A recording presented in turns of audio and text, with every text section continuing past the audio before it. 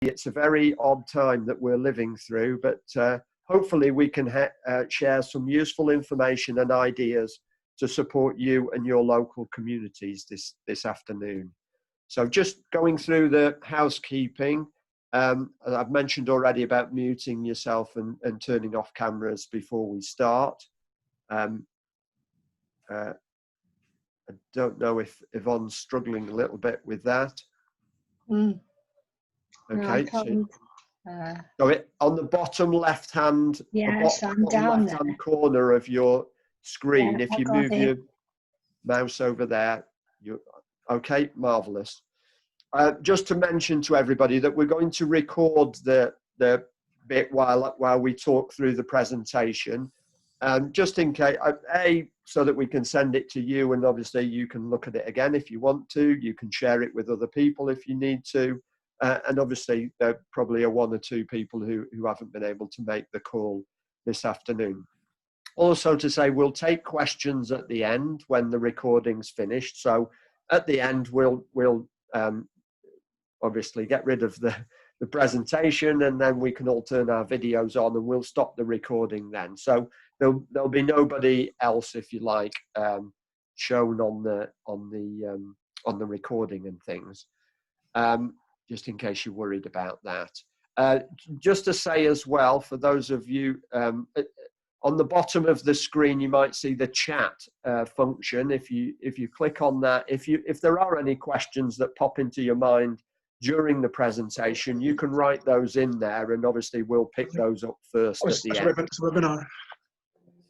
If you don't have to do it that way. If you can remember those questions, that's absolutely fine. You can ask those at the end anyway. And finally, just to say, slides with links will be sent to all attendees following the webinar. And again, you can forward those on if you want to and need to. Okay, Susie, if you want to just move on slide. So we're really pleased to be running this webinar with Shropshire Association of Local Councils, and I'm also really pleased that Ray Wicks, who's the chair of SALC, is joining us this afternoon, and he's going to say a few words of introduction before we go through the rest of the slides. So over to you, Ray. Thanks, Chris. This is part of SALC's health and wellbeing project we've been running for 2-3 years now, and I feel that this is an opportunity for members of SALC, especially with the COVID pandemic, to become more aware of what we can do for our community through the health and well-being and the activities. And this is an excellent presentation. I've seen it before. And it will give you some really good ideas of how we can reach out to members of our community, especially the more isolated and vulnerable amongst us. We have a rough idea of how many we've got now because of other sources. I'm very, very keen that we keep that ongoing so that they don't fall through the net in future. So other than that, I'll hand you over to the experts. That's Chris and Susie. Thank you. Okay, brilliant. Thanks, Ray. Okay, so just a little bit about Energize before we start. We're a local charity, and we're really passionate about the role being active can have on people's lives. Obviously, you'll be aware of the benefits from a physical perspective, but particularly right now, mental health, friendships and social life, family life, and often work opportunities can benefit from being that little bit more active and staying healthy. So we work with a whole range of partners to try and embed active lifestyles across society.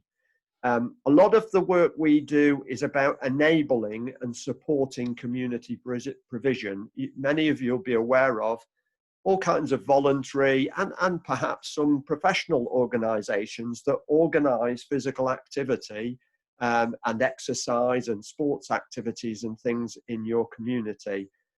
We're not one of those organisations. What we do is try and help support those organisations so that they can do their activities more effectively, be more welcoming, be more inclusive, and encourage more people to join in and take part. So we advise on funding, developing types of activities and services, training volunteers, making active lifestyle accessible and welcoming to all. That's what we're about. The other thing is we're an active partnership. There are 43 active partnerships that cover the whole of England, and we're the one for Shropshire and Telford and Wrekin. As I mentioned to some of you before, I live in Bayston Hill and have worked in Shropshire for the last 20 odd years, so know the area really well. There are 11 members of staff at Energize, not all of us full time, and we've all got different expertise and things to be able to support in that way. Okay, purpose of today. You might think that being active is all about sport and sports centres, and you know, whilst we're not saying, you know, that is an important thing, most physical activity actually takes place in the locality or the place where we live. Accessing green spaces, play areas, community halls, outdoor gyms, or just cycling and walking around your community is by far the most popular types of active lifestyle.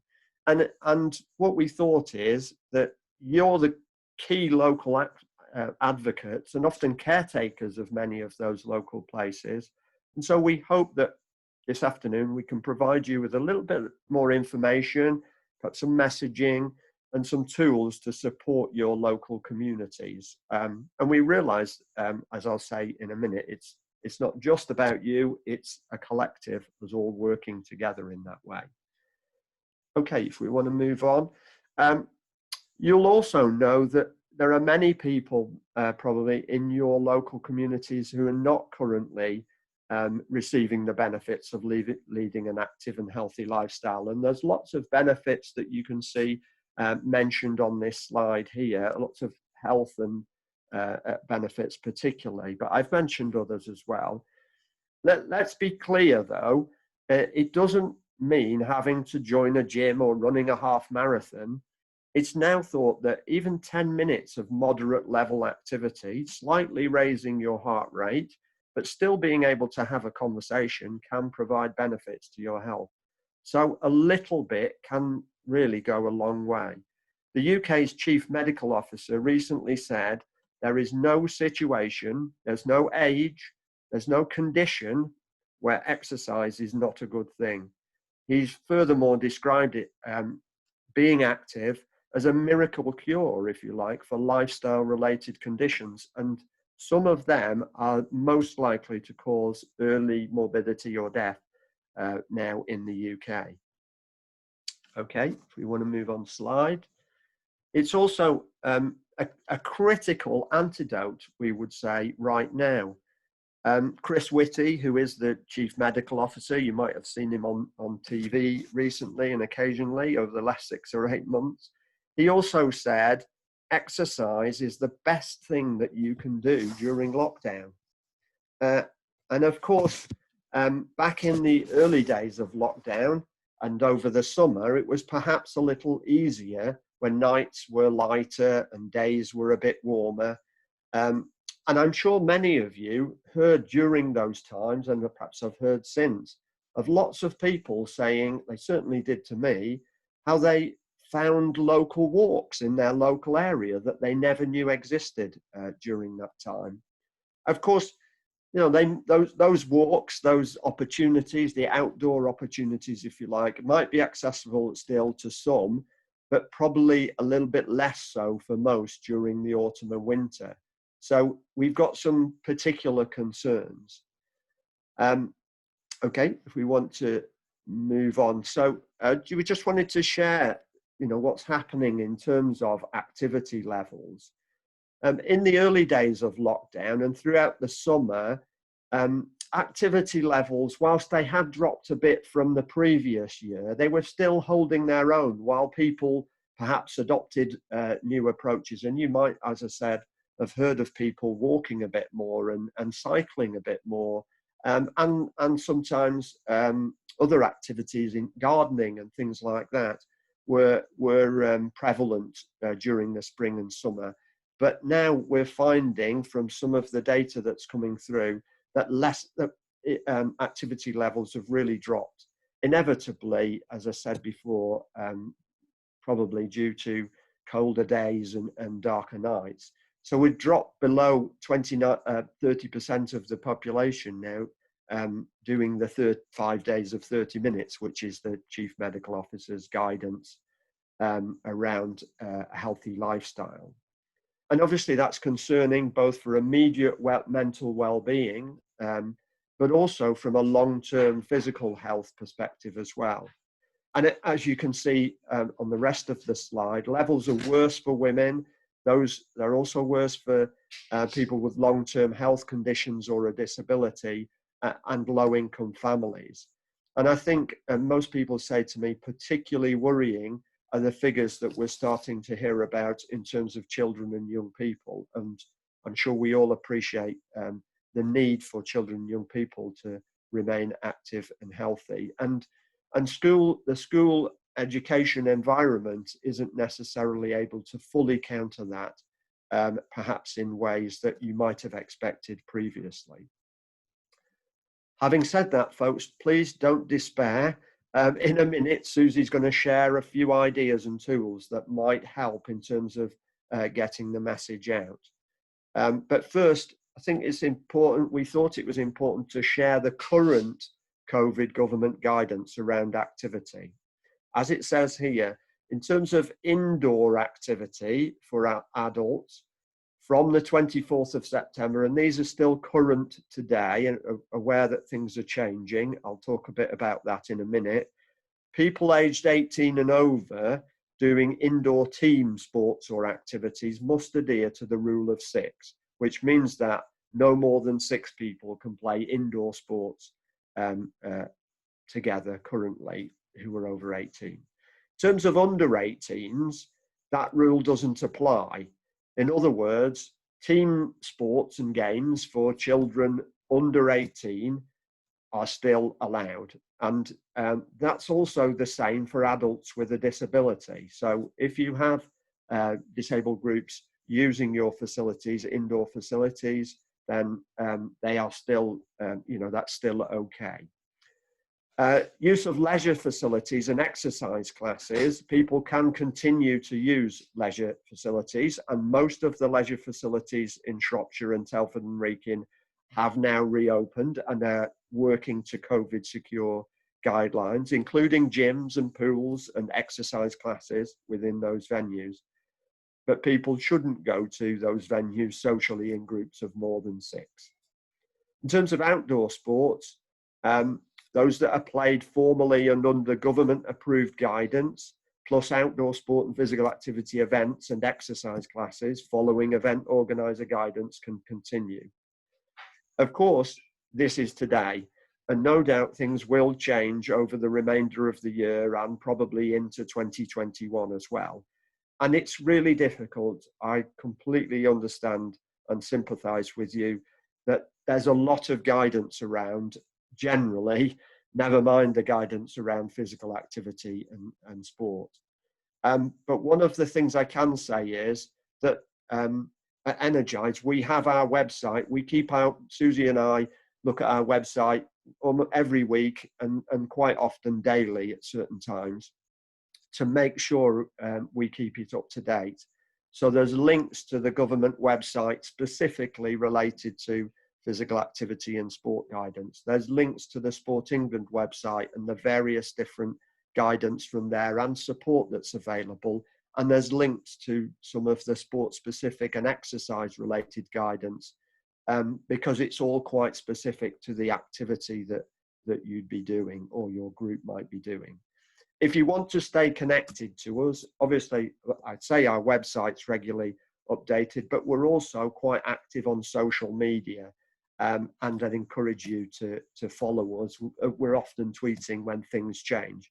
And of course now things can change locally as what, not just nationally. So having access, I suppose, to our website as opposed to just Sport England doesn't necessarily, gives you a bit more local feel, shall we say.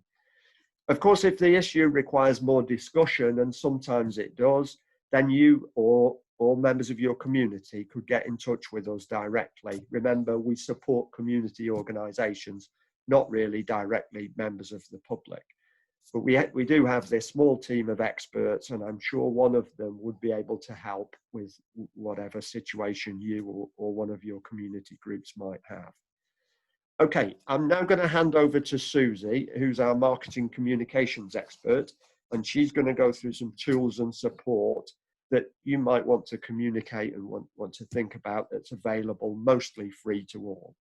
Okay, over to you, Susie. And I'll just mute myself for a second. Thank you very much. One of the themes for the next couple of minutes with the things that I want to share with you is to pick up on what Chris mentioned earlier, which is to be healthy and active, we do not have to be worrying about going to the gym. If you can do that and that's your thing, that's wonderful.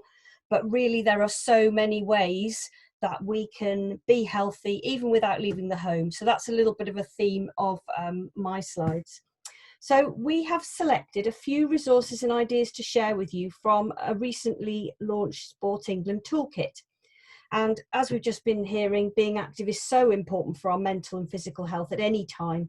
But as we not only head into winter, but also have the uncertainty of COVID-19 to live with, keeping ourselves healthy is more crucial than ever. There are 3 kits of resources I'm going to share with you that you can use in your local area, and not everything is going to be relevant to everybody, but hopefully you can select those things that are of interest and you think might be relevant to your community. So the first of these 3 is called Join the Movement.